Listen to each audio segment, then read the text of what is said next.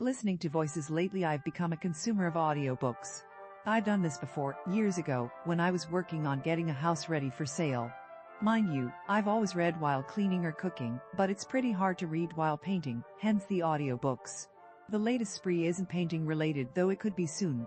I mean, all of this house needs painting, but I'm waiting for summer. I've just taken up long walks, and audiobooks help. It has also caused some strange shifts in my reading habits, as I've discovered that just like reading authors in Portuguese then in English isn't the same.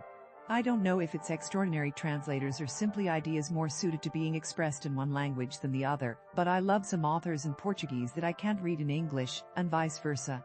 So, that's the first one. Not all my favorite authors translate well to audiobooks. Though so far I've found I've got a greater tolerance for books in audio than in reading. Some language issues that bother me in reading sound a lot more plausible in voice. I think that this is because hearing things spoken makes them somehow more real than reading them. Hearing is believing. And this it might help to know I grew up with radio news, as opposed to TV news, so maybe I'm conditioned to consider spoken things true, I guess.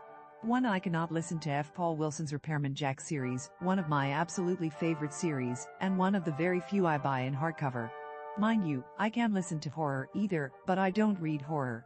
Repairman Jack is a thriller with horrific elements. I can read it fine. In fact, when it comes out I usually read it in the evening night. So why can't I listen to it? I dream about it. In detail. Graphically.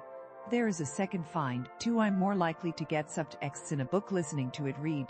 Well, either that or I simply don't function well while reading and washing dishes, and making sure the book doesn't fall in the water. But Terry Pratchett, for instance, is infinitely richer in audiobooks. Third, I'm more likely to catch the voice of the book while listening to it audio. I mean, I'm more likely to start speaking and writing like that book.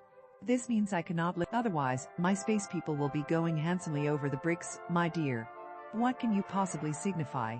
Oda, once I caught this mechanism, it makes it easier to stay on voice. I listen to the book with the closest feel to what I'm trying to write.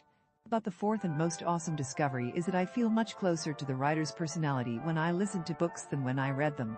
I can feel the person there, as it were.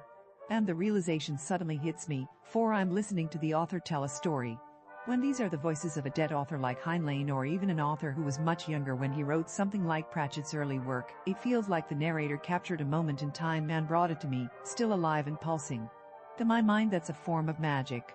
So, what are your experiences with audiobooks? I don't ask about movies, because we all know what they do. Any fun anecdotes?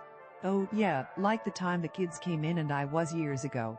Got books from library, so had to go with what they had, painting and listening to a Nora Roberts ahem scene. To this day they talk about me listening to porn. How do you feel about audiobooks? Are they to you a legitimate translation of the story? Or do they feel somehow wrong, and like a completely different thing? And is it just me who reacts differently to the same book, read versus narrated? Cross-posted at Mad Genius Club.